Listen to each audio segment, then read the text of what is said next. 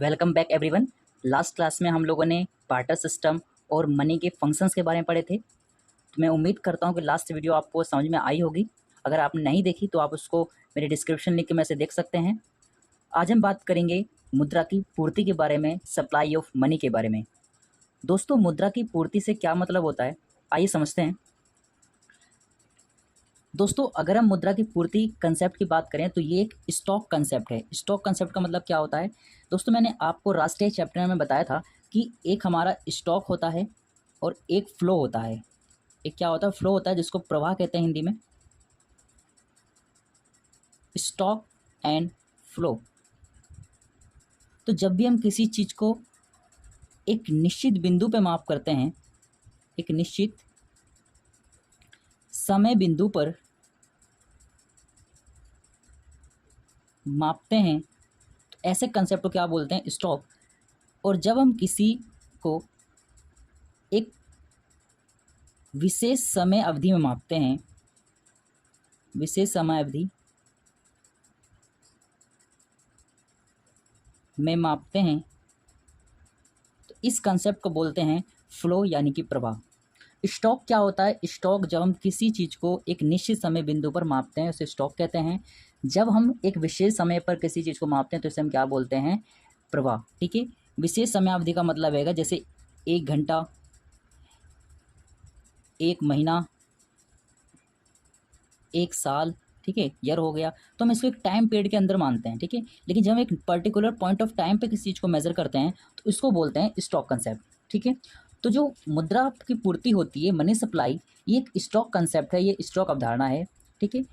इससे अभिप्राय, मुद्रा की पूर्ति से अभिप्राय एक निश्चित समय बिंदु पर देश में लोगों के पास कुल मुद्रा के स्टॉक्स है। यानी कि हमारे देश के अंदर, हमारे भारत देश में अगर जो रहने वाली पब्लिक है, जो रहने वाले लोग हैं, इनके पास जितना भी पैसा है, इसके स्टॉक को क्या बोलते हैं हम, मुद्रा की पूर्ति। इस स्टॉक को क्या बोलते हैं हम, सप्लाई ऑफ मनी।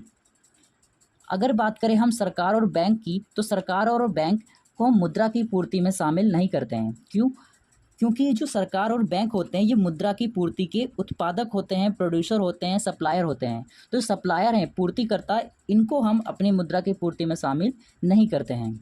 इसलिए दोस्तों, मुद्रा की पूर्ति में सरकार तथा बैंक को शामिल नहीं किया जाता है। ठीक है। अब आगे हम बात करेंगे मुद्रा पूर्ति के मुख्य घटक के बारे में कि जो मुद्रा पूर्ति है उसके अंदर हम किन किन घटकों को मेज़र करते हैं। तो दोस्तों, वैसे आरबीआई के अनुसार जो मुद्रा की पूर्ति के जो घटक हैं, ठीक है, वो कई सारे हो सकते हैं। ठीक है। लेकिन हमें अपने जो सिलेबस में पढ़ना है माप को, वो केवल है आपका M1 माप। हमें केवल M1 के बारे में पढ़ना है कि M1 माप जो आपका मुद्रा की पूर्ति है उसके अंदर हम किन्हें किन्हें मेज़र करते हैं। तो माप हमारे 4 हैं, M1, M2, M3, M4, लेकिन हमें पढ़ना केवल एक है, M1। ठीक है। तो M1 में क्या आएगा, तो दोस्तों जो मुद्रा की पूर्ति है इसके घटक की बात करें तो इसमें कौन कौन से घटक हैंगे, तो एक हैगा आपका जनता के पास करेंसी। यानी कि हमारे देश के अंदर ये जो जनता है, जो पब्लिक है, इस पब्लिक के पास जितना भी पैसा है, इनके पास 2 तरह का पैसा होगा, या तो उनके पास नोट होगा या तो उनके पास सिक्के होंगे। तो उन सभी पैसे को, नोट और सिक्के, यहाँ लिखा है नोट और सिक्के, दोनों ही करेंसी को हम जोड़ते हैं इसके अंदर।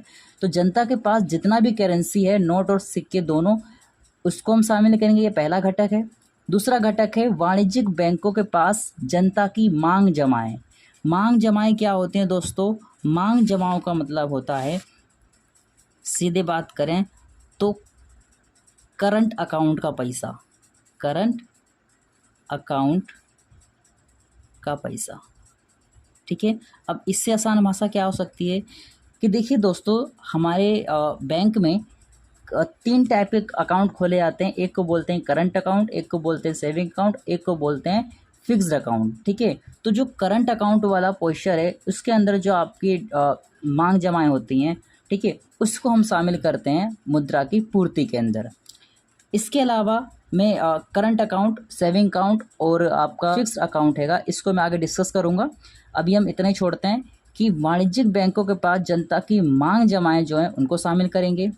इसके बाद तीसरा कंपोनेंट है आरबीआई की अन्य जमाएं, अदर डिपॉजिट्स ऑफ आरबीआई।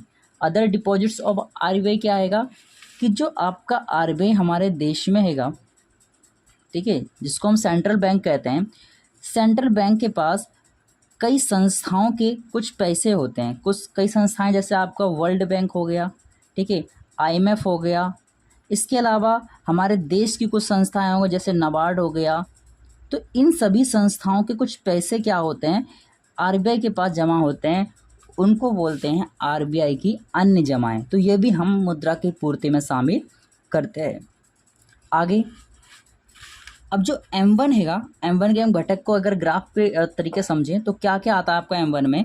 मुद्रा की पूर्ति का जो M1 माप है, इसके अंदर आपका जनता के पास करेंसी, जनता के पास करेंसी का मतलब नोट प्लस सिक्के, दोनों ही होंगे, कॉइन्स भी और नोट भी, नोट और सिक्के। इसके अलावा वाणिज्यिक बैंकों के पास मांग जमाएं, याद रखना केवल जनता की मांग जमाएं, कौन सी, जनता की मांग जमाएं, वो भी कौन सी, करंट अकाउंट की, करंट अकाउंट, ठीक है। याद रखना इसके अंदर हमें एक्सक्लूड करना है, क्या एक्सक्लूड करना है, inter bank deposits. Inter bank deposits को हमें क्या करना है, यहाँ पे अवॉइड करना है। इंटर बैंक डिपॉजिट्स क्या होते हैं, जिससे क्या होता है हमारे बैंक में अगर दो बैंक हैं, एक हैगा आपका आईसीआईसी बैंक, एक हैगा आपका एचडीएफसी बैंक। तो आईसीआईसी के पास अपना पैसा ज़्यादा हो गया है तो क्या करता है कि अपना पैसा दूसरे बैंक को या तो लोन पे देता है या फिर उनको उनके पास जमा कर देता है। तो जो एक बैंक से दूसरे बैंक के पास जो जमाएं हैं ना, ये जो आपकी मांग जमाएं, इन मांग जमाओं को क्या बोलते हैं, इंटर बैंक डिपॉजिट्स। इसको हमें शामिल नहीं करना होता है अपने M1 में, ठीक है। तो कौन कौन शामिल करना है, केवल जनता की मांग जमाएं जो आपकी करंट अकाउंट के होते हैं। तीसरा कंपोनेंट है आपका, पहला जनता के पास करेंसी, दूसरा वाणिज्यिक बैंकों के पास मांग जमाएं, तीसरा आरबीआई के पास अन्य जमाएं। अब आरबीआई के पास अन्य जमाएं कौन सी, जो मैंने आपको बताया कि जैसे हमारे देश में नाबार्ड संस्था है, इसकी जमाएं जो हो गई, ठीक है। विदेशी बैंकों की जो मांग जमाएं वो हैंगी, अंतर्राष्ट्रीय संगठन आईएमएफ जो वर्ल्ड बैंक है, इनकी मांग जमाएं हो गई, ठीक है। तो इनकी जो डिमांड डिपॉजिट्स हैं, इनको भी क्या करते हैं, हम इंक्लूड करते हैं M1 के अंदर, ठीक है। अब इसका अगर हम एक फॉर्मूला, एक रूल बना लें तो क्या हैगा आपका फॉर्मूला इसका, कि M1 बराबर C plus DD plus OD। C का मतलब करेंसी जो आपकी जनता के पास है, करेंसी और नोट्स। DD का मतलब हो गया डिमांड डिपॉजिट्स, और OD का मतलब हो गया अन्य जमाएं यानी अदर डिपॉजिट्स। तो ये है आपका मुद्रा की पूर्ति का घटक, ठीक है। तो M1 की हम केवल चर्चा करना है हमें अपने सिलेबस के अनुसार, बाकी M2, M3, M4 हमें नहीं पढ़ना, ठीक है। लेकिन हमें पता होना चाहिए कि मुद्रा की पूर्ति के 4 वैकल्पिक माप हैं, M1, M2, M3, M4। M1 के बारे में आपसे पूछ सकता है कौन कौन से घटक हैं, तो इन्हें याद रखना है बस, ठीक है। आगे बढ़ते हैं, कुछ और टाइप्स बात करें मुद्रा की, तो एक होती है आदेश मुद्रा, ठीक है। आदेश मुद्रा क्या होती है, जो सरकार के आदेश के द्वारा जारी की जाती है और ये कानूनी तौर पर लोगों द्वारा क्या होती है, स्वीकार होती है, ठीक है, या स्वीकार करने के लिए ये बाध्य होती है, इसको स्वीकार करना पड़ता है, ठीक है। अगर कोई मना करता है उस कानूनी मुद्रा को जो सरकार द्वारा जारी की गई है, तो उस पर कार्रवाई भी हो सकती है, ऐसा भी होता है। तो ऐसी मुद्रा क्या बोलते हैं, आदेश मुद्रा।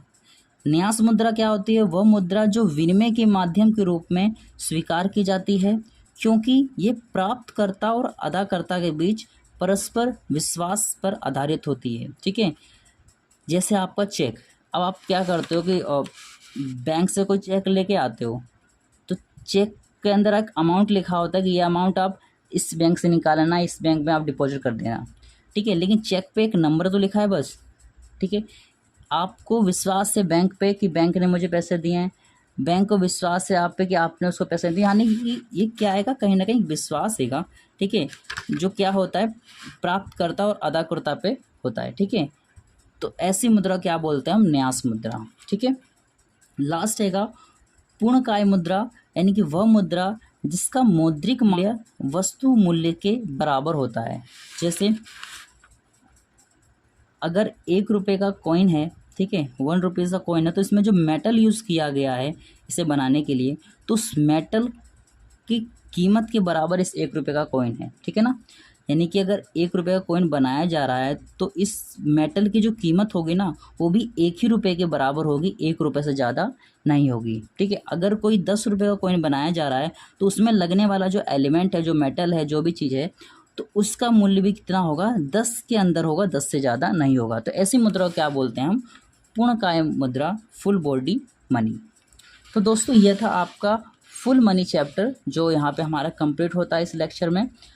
अब हम अगले लेक्चर में शुरू करेंगे बैंकिंग के बारे में। ठीक है, तो बैंकिंग चैप्टर को हम पढ़ेंगे अगली क्लास में। अगर आपको मनी से रिलेटेड कोई भी क्वेश्चन हो, कोई भी इंक्वायरी हो, तो आप कमेंट सेक्शन में बता सकते हैं।